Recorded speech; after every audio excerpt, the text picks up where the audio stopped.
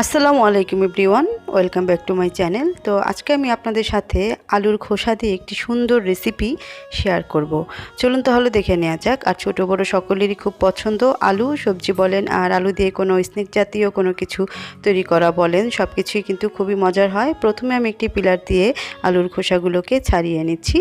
দেখুন ছাড়িয়ে নিয়েছি, এখন আমি সুন্দর করে ধুয়ে নিয়ে আসছি। আর এই খোসা দিয়ে আমি একটি মজাদার ভর্তা আপনাদের সাথে শেয়ার করব। তো এই দেখুন ধুয়ে নিয়েছি। আর আমি এখানে নিয়েছি গোটা কয়েক কাঁচামরিচ, দুটো পেঁয়াজ আর 3টি মাঝারি সাইজের রসুন। তো রসুনটা আমি দেশি রসুন নিয়েছি। দেশি রসুন দিয়ে ভর্তার মজাই আলাদা। তো দেখুন আমি কিভাবে পেঁয়াজটাকে ছুলে নিই, একটি টেকনিক আমি শেয়ার করি আপনাদের সাথে। তো প্রথমে মুখের অংশের এক পাশে আমি কেটে নিলাম। এখন অপর পাশের অপর সাইডে আমি একটু ছুরি দিয়ে কেটে নিচ্ছি। এতে কি হবে যে পেঁয়াজের যেভাবে টান দিলে কিন্তু হালকা অংশটা উঠে আসে, না হলে কিন্তু দুনো পাশে যদি এক সাইডে কাটা হয় তাহলে কিন্তু যখন আপনি টান দিবেন দেখবেন পেঁয়াজের এই মোটা অংশটা উঠে আসে সাথে, মানে পেঁয়াজের কিছু অংশ খোসার সাথে উঠে আসে। তো এই দেখুন আমি পেঁয়াজ, রসুন, কাঁচামরিচ আর আলুর খোসাগুলোকে সুন্দর করে সেট করে নিয়েছি। এখন আমি প্যানের মধ্যে সামান্য পরিমাণ তেল দিয়ে দিয়েছি, রান্নার সয়াবিন তেল। এর মধ্যে আমি আলুর খোসাগুলো দিয়ে দিলাম আর দিয়ে দিলাম পরিমাণ মতো লবণ। এখন আমি একটু নেড়ে ঢাকনা দিয়ে ঢেকে রাখবো প্রায় 5 মিনিটের মতো। তো কোনো পানি কিন্তু অ্যাড করিনি, এখান থেকে সামান্য কিছু পানি উঠবে।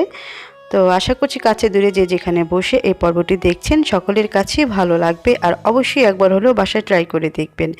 আর অলরেডি যারা আমার চ্যানেলটিকে সাবস্ক্রাইব করে নিয়েছেন তাদেরকে জানাচ্ছি অসংখ্য অসংখ্য ধন্যবাদ। যারা এখনও করেনি প্লিজ তাদের কাছে অনুরোধ রইল চ্যানেলটিকে সাবস্ক্রাইব করে পাশে থাকা বেল আইকনটি প্রেস করে দেওয়ার।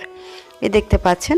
তো আমি 5 মিনিট পরে ঢাকনাটা তুলে নিয়েছি। তুলে আমি আরেকটু নেড়ে এখন কাঁচামরিচ, পেঁয়াজ আর রসুনগুলো দিয়ে আরেকটু নেড়ে প্রায় 3-4 মিনিটের মতো আবার ঢেকে রাখবো।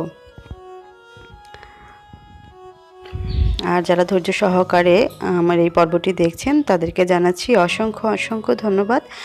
আর আশা করছি অবশ্যই এই রেসিপিটি খুবই ভালো লাগবে। তো ভালো লাগলে অবশ্যই একটি লাইক দিয়ে যাবেন আর কমেন্ট বক্সে কমেন্ট করে জানাবেন। আর একবার হলেও বাসায় ট্রাই করে দেখবেন। এই দেখুন সেদ্ধ হয়ে গিয়েছে। আমি একটু খুন্তি দিয়ে আপনাদের চাপ দিয়ে দেখিয়ে দিচ্ছি।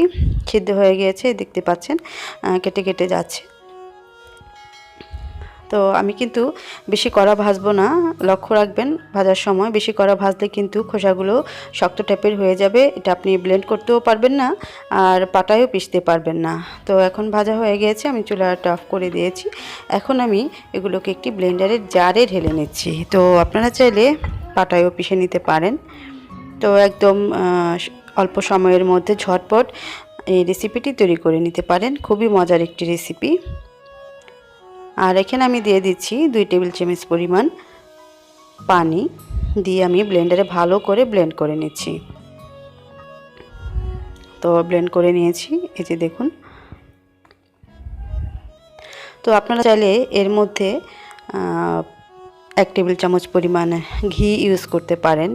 আমি এখানে সরিষার তেলটা ইউজ করছি। তো 2 টেবিল চামচ পরিমাণ আমি খাঁটি সরিষার তেলটা দিয়ে দিলাম। দিয়ে আমি এখন একটু ভালোভাবে মিশিয়ে আপনাদের সামনে পরিবেশন করছি। এই দেখুন মেশানো হয়ে গিয়েছে, আমি বাটিতে ঢেলে দিচ্ছি। ঢেলে আমি একটি প্লেটে সুন্দর করে ভাতের সাথে সাজিয়ে নিয়ে আসছি আপনাদের জন্য। এই যে দেখতে পাচ্ছেন। তো আমার পরিবেশন করা হয়ে গিয়েছে। আজকের মতো এখানেই বিদায় নিব। সকলে ভালো থাকবেন, সুস্থ থাকবেন। আসসালামু আলাইকুম।